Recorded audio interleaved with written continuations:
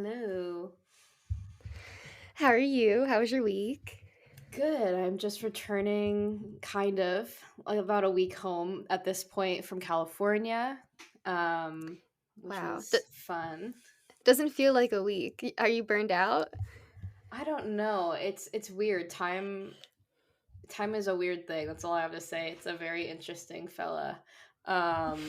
But I don't feel burnt out. I definitely like am catching up on like sleep and trying to like reintegrate back into Pennsylvania and the time zone and whatnot.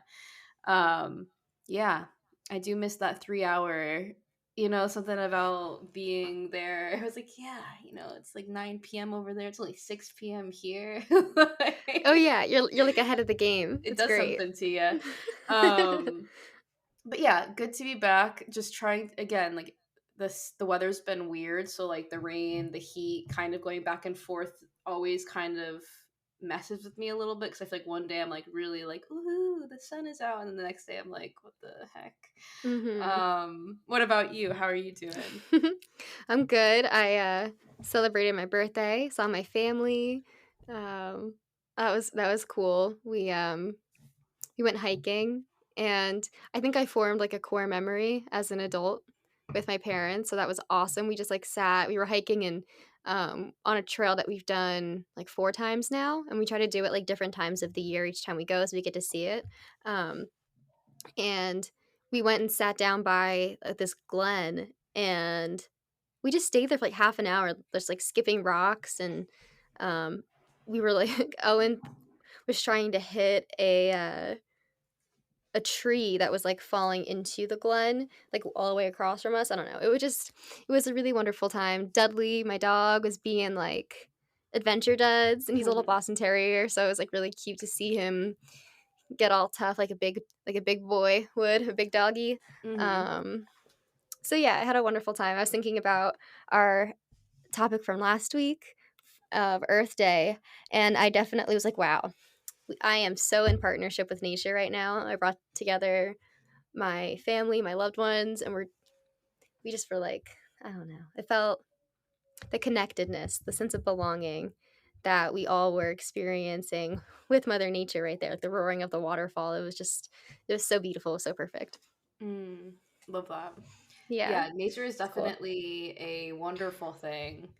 I will say, in conjunction to that like relationship with like seeing how many people while in like national parks don't stay off of like the roots of trees or like kind of get off the trails. I was just like screaming internally like the whole time I was at the national parks because I was just like, why aren't people listening? um Mm. but I love that you had such a beautiful weekend for your birthday. It sounds like it was like rejuvenating as well as joyful. Oh my goodness, yeah, definitely. Plenty of time outside. The first thing we did when we got to my parents' house was help my dad lay hay over grass seed. So I dove right into like right out of like the work mode, like of technology, right into like getting my hands into nature. And it was just like that's kind of set the tone for the whole weekend. It was just it, Yeah. rejuvenating was the perfect word.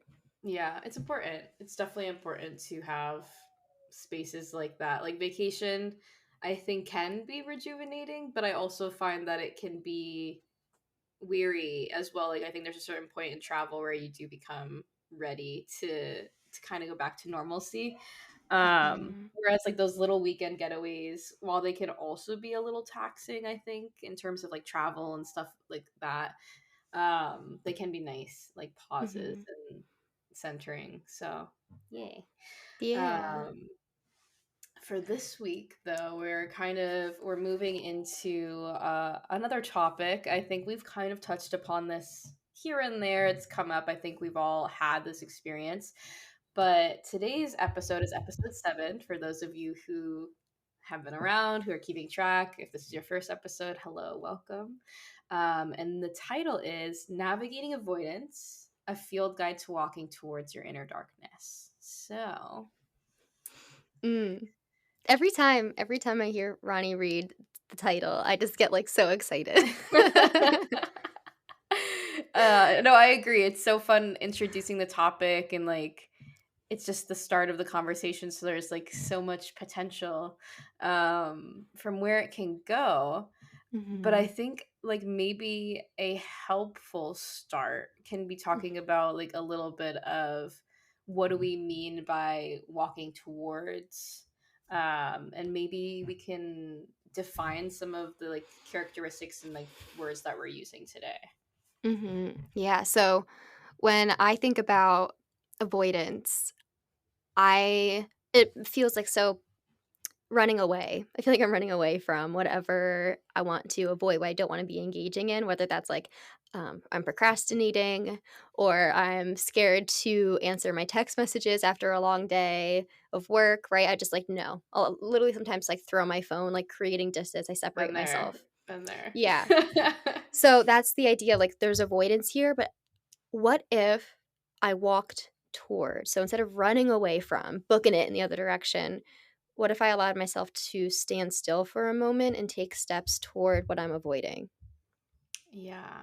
And what's like percolating, which for those of you who don't know what percolating is, because apparently it's not a word people use a lot. Hmm. Percolator is like when you make coffee or different things and it like bubbles up, like you're heating the water, it's like going through the thing. So my brain is doing that. It's like bubbling up. Jen has poured water onto it and now it's like I have something.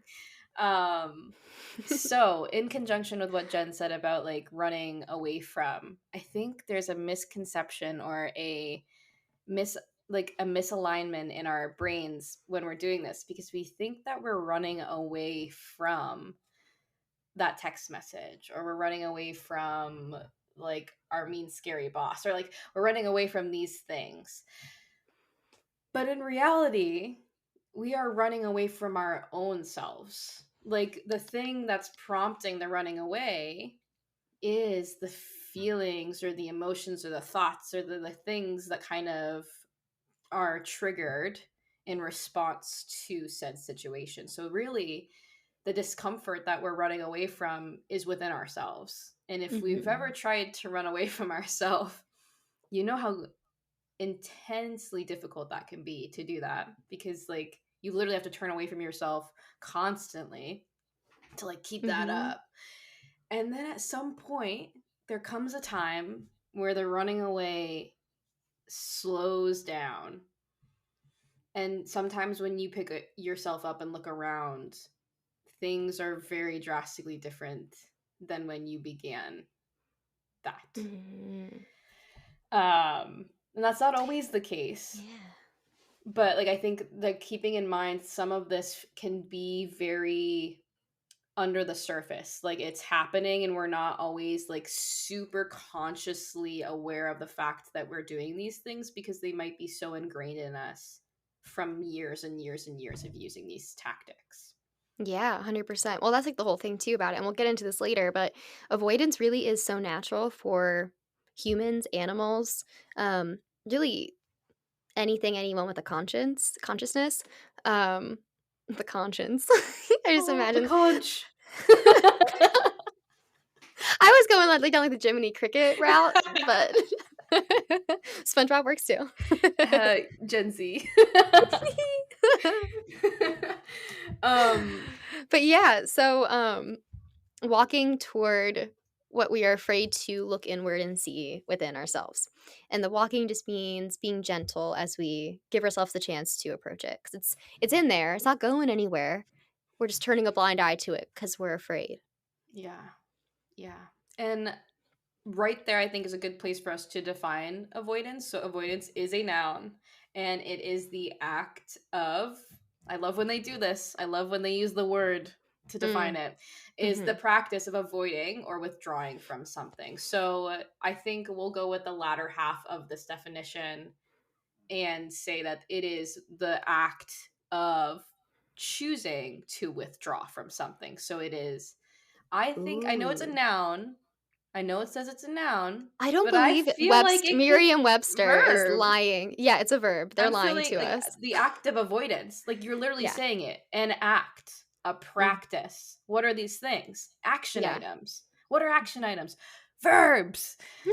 So with that, what is what does avoidance do, Jen? What does it do? Well, Yeah. it does a lot for us. Most importantly, it reduces our anxiety. That's why we do it in the first place. We avoid Mhm. whatever we're perceiving to be as a threat, um, which is great, right? We get that momentary relief, maybe even for the day, but not even. It's there. It's knocking. It's knocking on the door that you close it into. Avoidance increases the long term anxiety. So Mm. we're avoiding it temporarily, and we're just making it grow and grow and grow behind that door. That Yeah. room we close it in is they're banging. It's banging on the door. Uh, Yeah. I And just got this like oh yeah, sorry, go no, ahead. you're good. What did you get? My brother had this toy growing up, and I don't know. I couldn't even tell you where it's from. I don't know if it was supposed to be Godzilla or what, but it was a gorilla in a cage, and it had a button you could press, and it would say in this little kid's voice. Imagine this little fuzzy gorilla, probably like 6 inches tall, in a metal cage, and it would grab onto the bars and say, "Get me out of here." Let me in. Yeah. So I feel like I have an avoidance gorilla. That's gonna be I my love that. No, my that's new so imagery. good. Yes. And I really want to kind of like piggyback off of what you just said about how the anxiety becomes Yeah. greater because I think sometimes we don't realize that we are getting caught in what is a cycle. And a lot of things that we Mhm. experience in this life, you might realize the more you're in it, the more that you're able to see that these things are cyclical. So, what happens is we have the prompting event, we have that experience of anxiety already. So, we are already in the experience. We are then prompted to avoid said experience. And the avoidance does provide us, like Jen said, with a short term of relief. And that short term usually is very, very short. Like, I don't find many people have a huge break from this anxiety. Oh, no, just real quick example, like, I'll go try to play Candy Crush, and, like, I love puzzle games, it's avoidance, but also, like, Mm, relaxation. It's not at all relaxing, that's the thing, I'll open it as the avoidance mechanism, but, let's say there's, like, 23 moves, on, like, move 10, I'm like, "I don't this isn't even relaxing anymore," it comes back that quickly, the yeah. anxiety. Yeah. Exactly. So, like, what happens is we have an increase for scanning danger. We have physical symptoms that start to intensify. Our attention might narrow and it shifts. So, we then are in that escape, that avoidance. We have that relief. But in the long term, there is an increase in the physical symptoms of the anxiety. You have more worry, less confidence about your ability to cope, and an increased use of safety behaviors. And why that is important is because avoidance and escape are safety behaviors. And when we're able to realize that these are literally not maladaptive, they are quite literally adaptive, they are safety behaviors. Are they Mm. keeping us safe? Not always. And that's when we kind of get into this conversation today. So keep that in mind. It's okay that you're falling into these cycles. You've been in them maybe for a very long time. That's how cycles are. They don't just start. They start at some point, but there's a Mhm. cyclical nature to them. And when we're able to realize that it is a cycle, we can begin to insert ourselves consciously into some part of that cycle. So, like, we can Ooh. add a step to the cycle where maybe we tell you more about that later, but no less. Keep that in mind as we continue to move through. And Jen, Yeah. take us away. Yeah, so, Ronnie was just mentioning this, how I forget your exact words because I was like, "Aha, operant in classical conditioning." It's it's the associations that we make with the different things in our lives, the different, like, stimuli, we can call them. Yeah, Um, so what this means is, like, operant conditioning is when we learn from what we're doing and then how people or things react to it. So, for example, we know that our water will boil faster if we put salt in it. So we're yeah, conditioned to add salt to water when we want it to boil. yeah, Classical conditioning is when there are two things that could be completely unrelated. So, like, let's say now, like, like now, it's so related to us because we have learned this. But dirt on the floor and broom yeah, are now they're associated under cleaning. yeah, Um, but basically, though, if we think about this in terms of our emotions, we experience these conditionings to help us learn how to be the most optimal in keeping ourselves safe. Yes. That word optimal is so important because, and you probably have heard me use this, example before if you've listened to the pod. But our brain is like a computer. So it is really working to be effective and it will Mhm. input past things into the future because it worked, quote unquote. Yeah. Ooh, but the problem is, the issue here is that it helped us once, Hmm. and the perceived threat was so strong that we learn that I need to use these safety tactics in any situation that could be somewhat similar. And Yeah. that's when maladaptive avoidance comes in. And that's the cycle part too. So that's when the cycle begins because then we're reapplying that same thing over and Mhm. over. Um, Yeah. based off those associations that Jen was saying. So, like, I also think an important part to consider about associations we make about stimulus, they are not always conscious.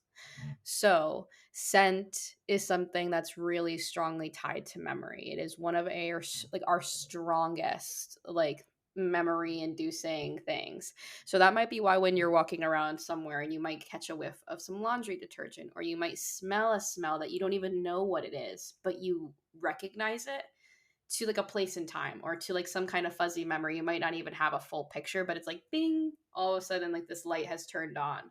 Mhm. That is the same thing that happens in this anxiety cycle. So that part I told you about that starts to get way more turned on and we're more sensing and looking for anxiety, it almost becomes part of the cycle is the looking for things that might make us anxious.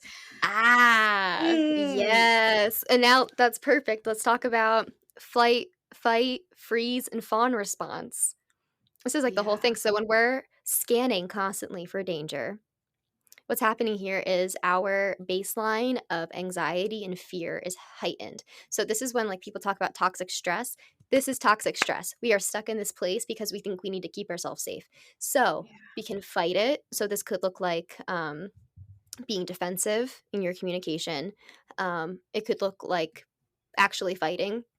Um, really, defensive communication is the one that I see the most and that I also experience myself. Do you see any other fight response?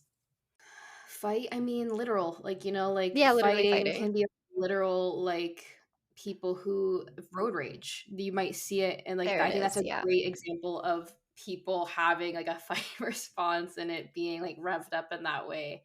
I think, like you said, defensive communication, I think, is huge. You will see it, like people's fight response, like it is palpable, it's Yeah. edgy, it's assertive in a way. Like it's yeah, there's a lot. Aggressive I think is more appropriate than assertive because assertive I don't think has the same connotation.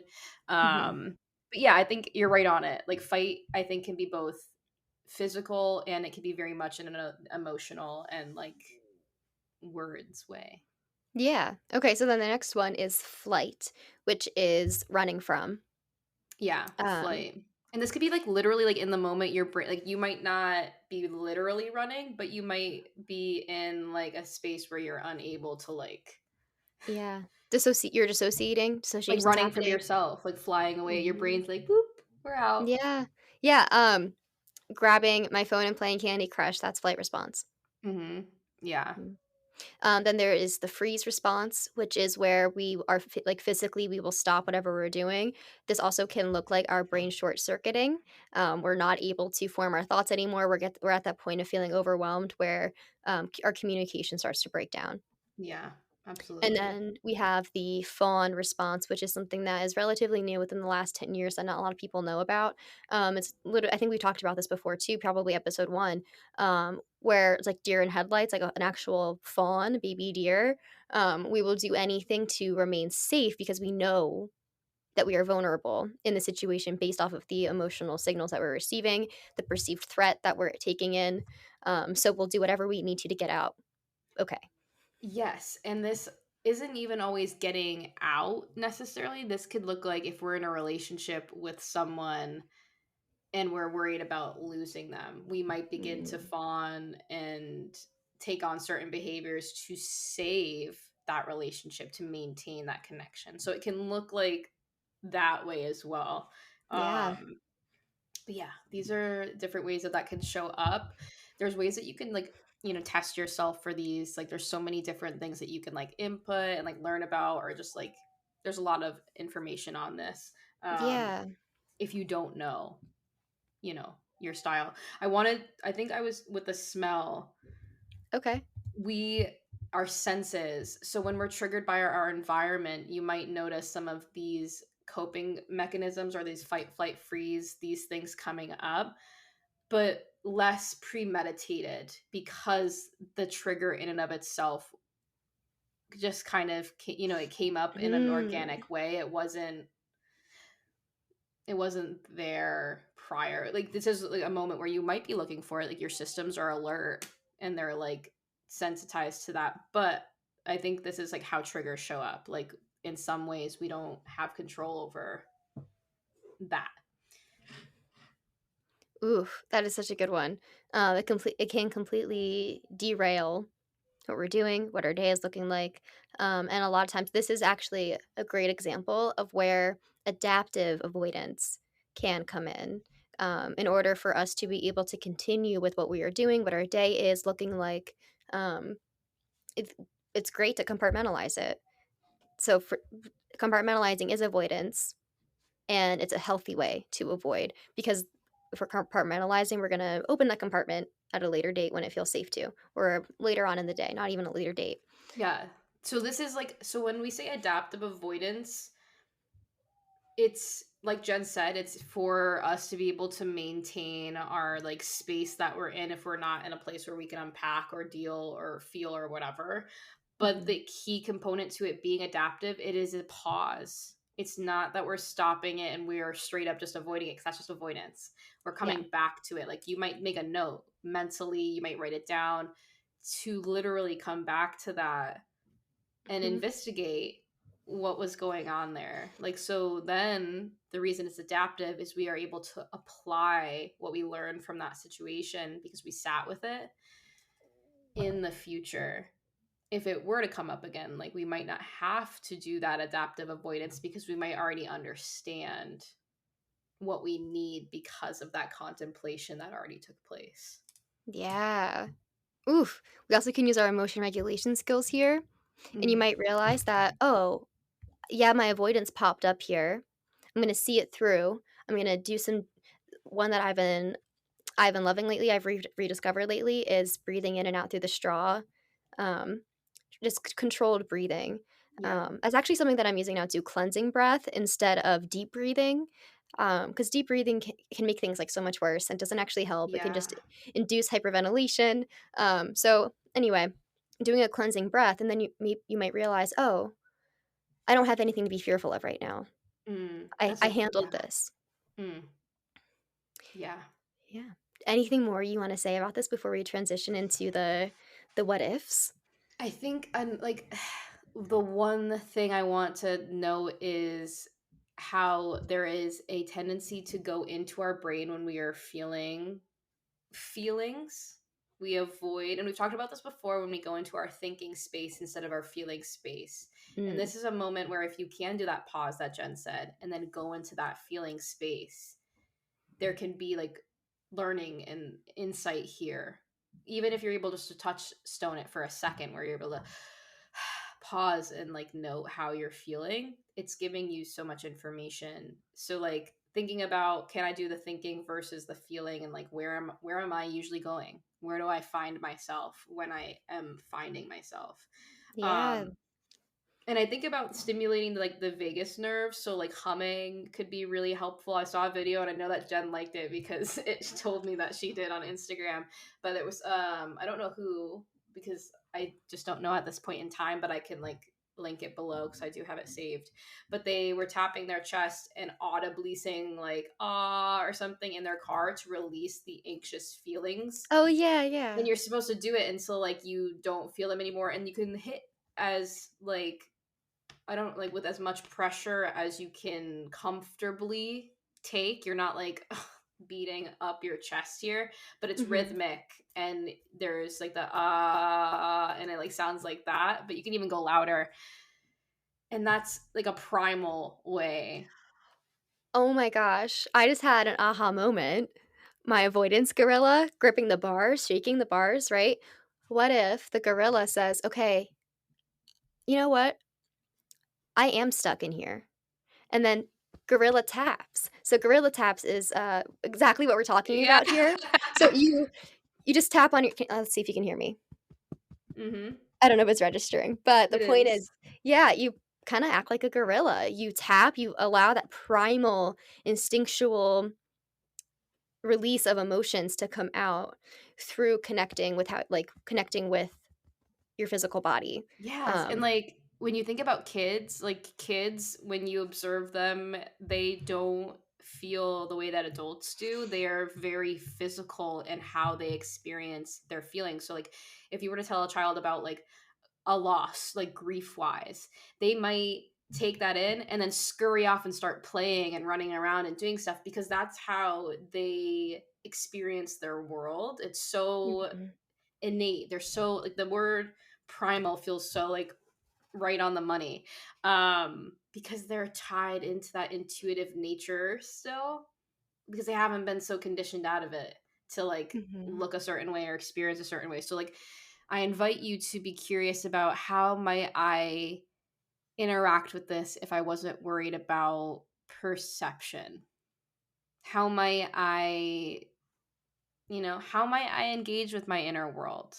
That darkness. Would I engage with it? Mm. Who's to say? Who's to say? Who's to say? Um, so I feel like Yeah. we have kind of talked. This feels like woven throughout the one I'm highlighting.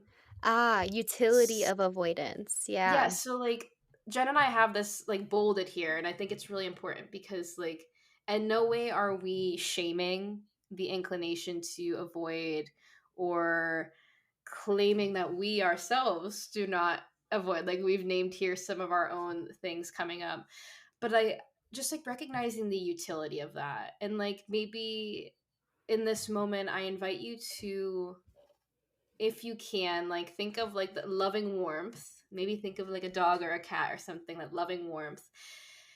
And like radiating some of that back to yourself. So maybe like bringing your hand to your heart space and just like radiating some gratitude for this really helpful thing that's showed up so many times for us when we were unable to hold space for these really big things that we were feeling.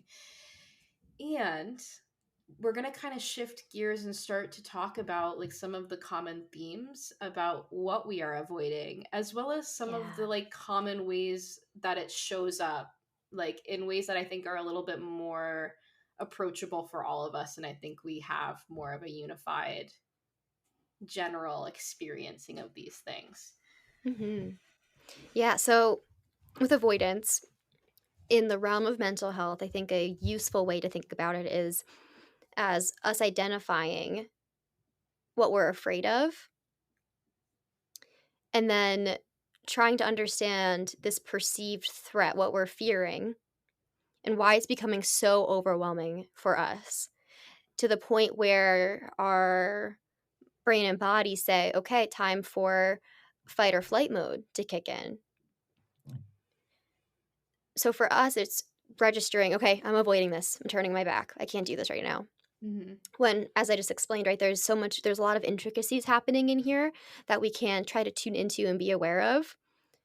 So come along with me on this journey. Okay. Mm. What would happen if we regulated our fear response? Hmm. So again, that Crazy. cleansing breath, yeah. Um, and once we're feeling a little bit more regulated, which means that fight or flight response might say, okay, maybe you'll take a step back. It seems like you've got this. You might not need me to help you get through this anxious experience. We can then explore that what if. A lot of times, anxiety registers cognitively, where it'll be, what if they hate me? What would happen if they hated you? What would happen? Yeah. What if they judge me? What would happen if they judge you? Um, and this is where we get into the themes, right? What if I fail? What if I get Yeah. rejected? What if they abandon me? And I think this is so scary to think about because it's high stakes for us. We want to be loved. We want to succeed in what our goals are. I think something that can be life changing is to recognize that if I fail, my life stays the same. If I get rejected, my life stays the same. A lot of the things that support us in our day-to-day life are not going to change. However, that we are going to experience a moment of loss. And when we experience a moment of loss, it's really important that we're able to recognize that we can sit with those feelings. So what I'm describing here is really intense. Mm. This is the stuff that we go to therapy for. Mm. So, Ronnie, I just explained all of this um, from a therapeutic lens. I'm hoping that you can take us back to the layman's terms, the Yes, individual yes. experiencing, hands on, what this can look like. Yeah. So I think Jen, you laid that all out beautifully. And like these are all things that I notice, like themes that people experience. Like failure is a really big one. And I hear you saying like our life's not going to change that much. And like yeah, it might not. Emotionally we might feel kind of shitty. We might like and like this is the crazy thing cuz our brain really tunes into like the catastrophic negatives. There is the opposite of that, which is positive change as well. So I think like that's on the other side. We don't have to necessarily get into that right now. We might touch on that a little bit later. Mhm. Um but like let's also consider the idea that there's positives that happen on the other end of failure Mm, specifically, because yes. to me failure is synonymous with the pursuit of something, which is synonymous with success and learning, because the only way to even learn or to have the success that you're yearning for, even if that's a thing that comes to fruition, is the trial and error that leads up to all of that. Like I'm not going to sign up for a 10k and complete the 10k the same day without any training. Like I'm going to maybe sign up for that 10k and then there's going to be months and weeks of trial and error and figuring out and navigating to hopefully complete that 10k, like get to a place where like that's the end of it. Mhm. And I know that's like an example that doesn't maybe feel like like that doesn't really feel so turn away or so like it doesn't, that doesn't really prime my avoidance. And like fair enough, fair enough. So let's bring it into like our Mm, lives. yeah. So some layman's terms, we know that there's emotional, cognitive, and behavioral avoidance that shows up. Mhm. And what this looks like, because I know when we hear those words, it might be like, what the hell? What are y'all talking about? Okay. So, doom scrolling, like Jen brought up, when we are feeling discomfort or we like, imagine you're in a room, you're with other people you don't know, and you start to feel like a little uncomfy. You start to feel like, ooh, like I'm not dressed the same as they are. I'm feeling uncomfortable. So then what do? We pull out our phone and we Mhm. just start to look at anything to avoid the discomfort that is arising literally from our own brain, because no one is coming up to us and being like, you're wearing something different, you Yeah. are different. And sometimes they are, and that's a completely different pod episode. But Mhm. there's oftentimes where there's a perceived, like an inner perception that's happening that then does all this other stuff. And this is separate from when those things are truly happening, because they do truly happen, and that's part of why we buy into the system, because we're like, wait, this can happen. And The that's the thing. Yeah, it can. There is a chance. There's also a chance that it won't. Exactly. And we are so, our eyes are so on the if it does is happening that we don't hold space for the what if not happening, Mhm. like the what if opposite. So this can also show up as like substance use. And like this Yeah. doesn't necessarily have to be abuse, but think of the times when you were drinking to feel different or to like deal with a loss or to like be, oh, I want to have a good night like and get my lights lit. Um, if we're smoking, like, there's different things that it can show up as, and it definitely Mm. can look like substance abuse as well. And this is an example that I used when I worked in substance abuse, like, when I was a counselor in that regard. A lot of times people run themselves away from themselves into their graves, like, Mm. especially in that world where we do end up using to a point where it is detrimental to our health and our relationships and our capacity to deal and feel at all because of the other presenting needs that start to show up. Mm-hmm. There then comes a choice. There comes a choice, and maybe many choices down the line, of like, do I continue running toward my grave or jail or whatever, or do I start having to turn toward myself, which is so hard, Mm. which is I why we love what have that. Yeah. Yeah, I love yeah. what you're explaining here, because I think it can be applied to not just substance use. We're running toward our avoidance mechanisms, which, as you're describing here, over time, where we can recognize that it is taking away from our ability to enjoy our relationships, enjoy the world around us, is taking away from our ability to have a lived experience that can be whole. Yes, connection. It takes away connection, like, especially with like in the bigger picture, if we are avoiding, if we are turning away, if we are not able to hold space for that vulnerability, Mhm. we are getting connection that might not be as quality as it could be, both to ourselves and to, like, the greater world a little bit. Um, and again, these are coping mechanisms. Like, all the things I'm naming here, you all might be like, oh wow, like, these things can be good and bad. Like, doom scrolling. Mhm. Scrolling doesn't have to be bad. It's nice to see things online, see artwork, connect with people. What's not Yeah. fun is doom scrolling when we are just avoiding life with our Mhm. phone. Substance use, yeah, I'm not gonna lie, it can be fun. Like, that's the reality of the situation. Dare, we know that y'all tried, but you need to be real. Like, it's fun until it isn't fun anymore. There's a Yeah. line. Mhm. I still No, have this is mine. so true. Like, saying that with food, it's wonderful to have, like, a little treat for yourself.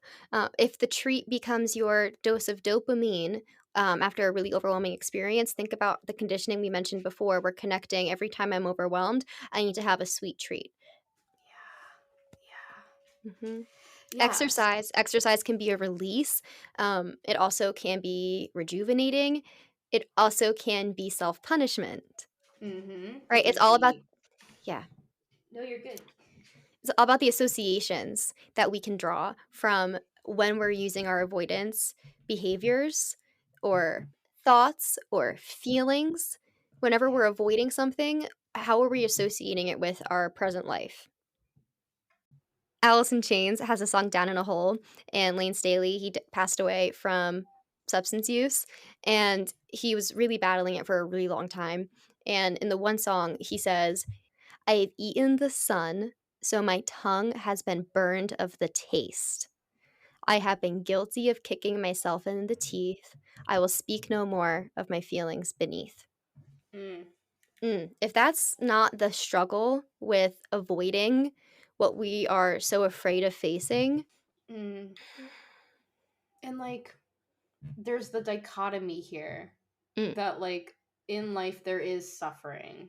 There is. It's like a natural cyclical thing, and I don't think we're prepared for the suffering as a whole in a lot of ways, and we'll definitely dive into that in a separate episode. Mhm. But there is a continuum in both directions of the despair and the sorrow and the depths of that, and then the opposite being the joy and the elatedness and all of those things. For all of you who have dealt with this, I truly believe that you know how to deal with suffering. You've already been doing it for a very long time. Mhm. But we need to figure out how to sit with it and to be compassionate toward ourselves and loving, which are very difficult to do. And I am still learning and continuing to learn how to do that, so that we can experience the depths of our experience in the opposite spectrum. Mm. Like, Yeah. you know what I mean? Well, we're that's the thing too. We are geared to, as humans, again, optimal functioning. We want to do so well. We want to succeed so much that the thought that we could even not achieve that kicks up our avoidance and we turn our backs from it. And on that vein, what are the signs of avoidance? We're kind of coming toward the end of this conversation here, so I think it's important that Yeah. we really let you know, like, we've talked about how it shows up in our actions, the doom scrolling, Mhm. the suicidal ideation can be avoidance, food, exercise, sleep.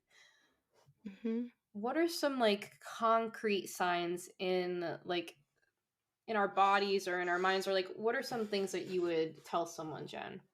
Yeah, so some examples could be, I love posing questions. I think they're much more approachable.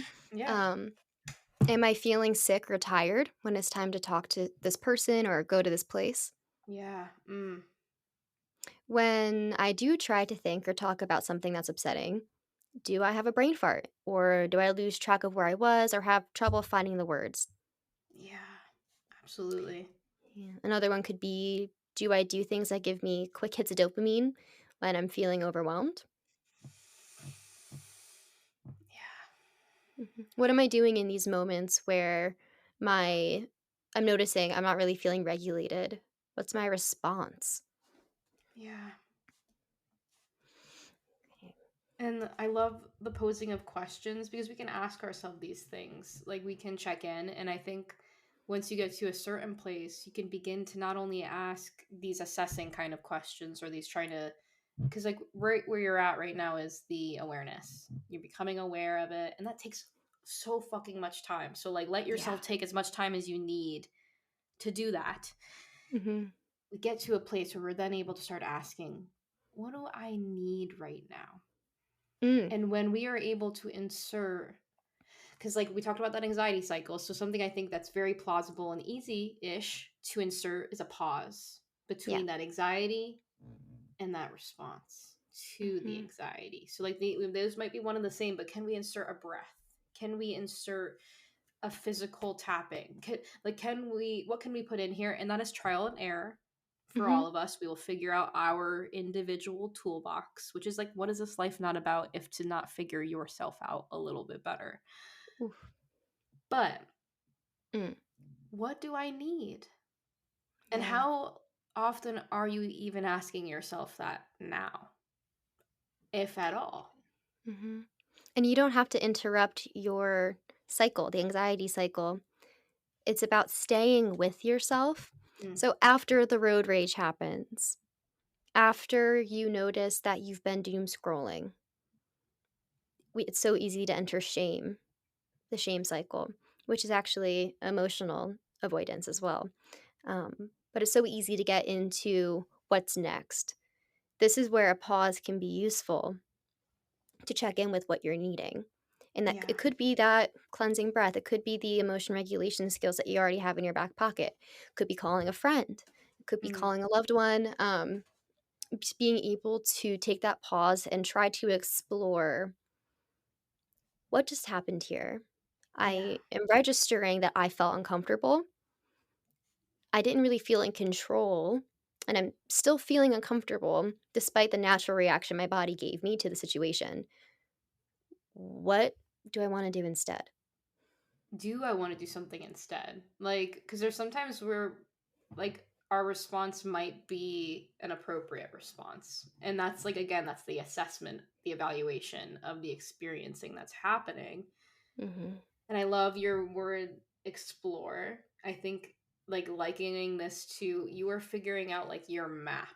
Like you're mapping out your system, your parts, your experience, and you're like getting together that toolbox of like what works for me, what do I usually need? And it might not always be the same. Like Jen mentioned, it could be a phone call, it could be a snack, it could be movement. There's so many things, Mhm. but we really only learn about ourselves and what works if we try applying it.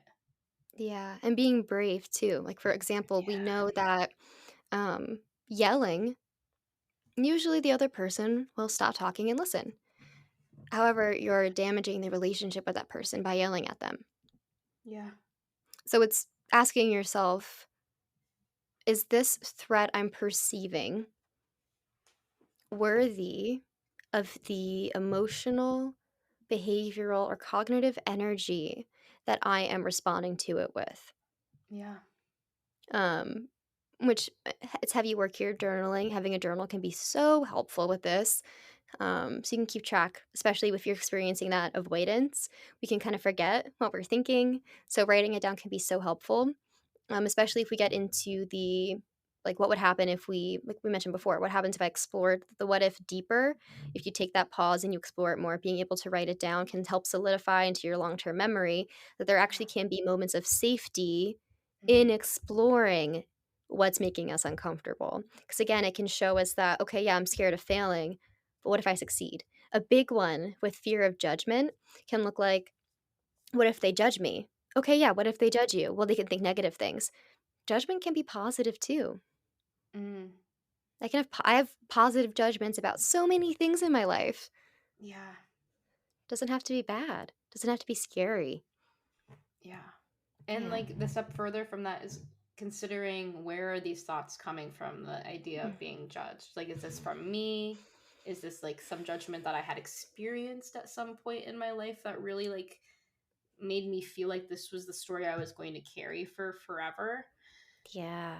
Because like those get me, don't get me wrong, those wounds are deep and Mm. they are painful, but like the only way for us to begin getting comfortable with an emotion is by being with it. Like I saw a post on Yeah. Instagram and I shared it, and I'm going to read it before we're doing, our final steps here.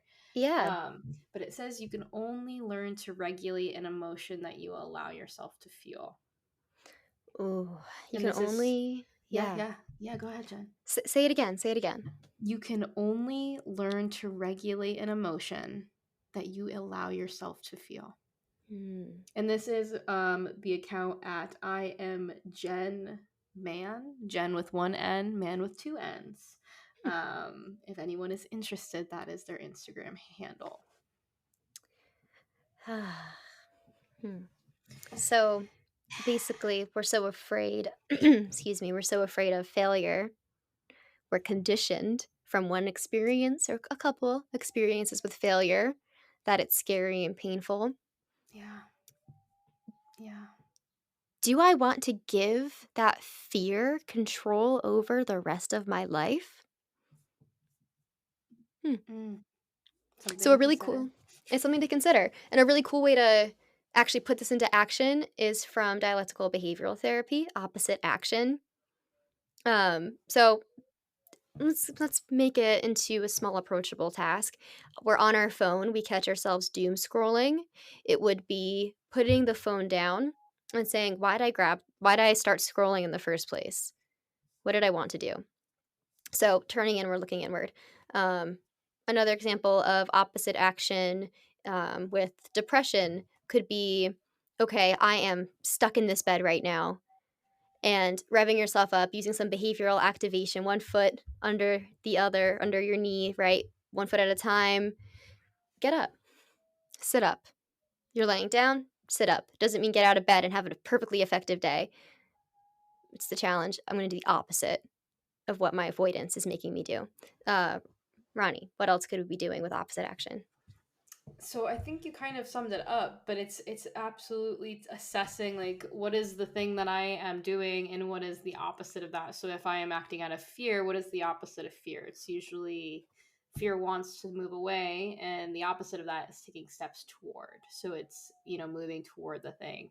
If we are angry and we push for confrontation or aggression, we might opt for like being calm, using a mindfulness practice instead, going for a walk, walking away. Like it's the opposite of what we want to do. Like if we're wanting to have a confrontation, it might be more in our favor to like not do that. Let's do something instead of Yeah. that. Yeah. So it's really about like one, identify what emotions you're feeling and if it's valid. We've talked about this. So that's step one. Step two is choose the appropriate contrasting or opposite action. And then the last step is implementing the opposite action. So those are the three Mm. steps of our opposite action DBT. Um, it can be helpful with a lot of things, kind of like Jen said, like sadness says stay in bed, opposite action says to get up, maybe go for a walk. Or it could be smaller than that and just moving body parts. But Mm-hmm. that's DBT. I love opposite action. I think it can be really helpful. There are a lot of things you can find for opposite action just to like give you ideas of what it looks like on your own as well. Yeah. Um, Something else sort of related to opposite action. Um, what if I succeed? What if I was accepted? What if I belonged? Even if Mm. you're not feeling those ways, you deserve to ask yourself, yeah, what if I fail? What if I'm rejected? What if I'm abandoned? Okay, valid. What if the opposite things happened? What if I succeed? What if I'm accepted? What if I belong? Yeah, what if I'm like innately worthy of all of those things? Like, what if I don't have to do anything to earn that? What if Yeah. that's just true? What would it look like if I acted as if that was the truth? How might Mm, I show up in a space if I believed those things to be true? How might that look on me? And yeah. how do I start showing up that way? So Just that's it, throwing it my out there. friends. That's it, Yeah. my friends. That's the chat, you know. Yeah. Ah, awesome. So, Okay. yeah. I think we're gonna end it there today. I feel like Yeah. This feels like that's a great. a good place for you all to be left to consider. We'll do, another beautiful mindfulness or body scan at another point. Just keep an eye out for it. That'll be a separate endeavor, whether it's on our next episode. For all of you who are still here, thanks for being here. I hope you enjoyed the conversation. Next week, a little like prelude for all of you, our next episode, we will have a guest co-host with us. Woohoo. So keep an eye out for that. We will definitely be letting y'all know when that's happening. Yeah. And it feels really organic to jump into our usual reminders here, right? So Yeah. self awareness is your compass. It guides you Mm, back to your center. yeah. Understanding our own rhythms is a true strength to help us navigate our emotions and reactions. So join us next time as we dive deeper into this human experience. And until then, breathe, find balance, and know that you're not alone in this journey. Hmm. Love this episode. Share with a friend who wants to ride the waves of awareness with us. Thanks for tuning in. Stay mindful, stay present, and keep exploring that extraordinary world within. And until then, I'll catch you on the trails. Catch you on the trails. Bye.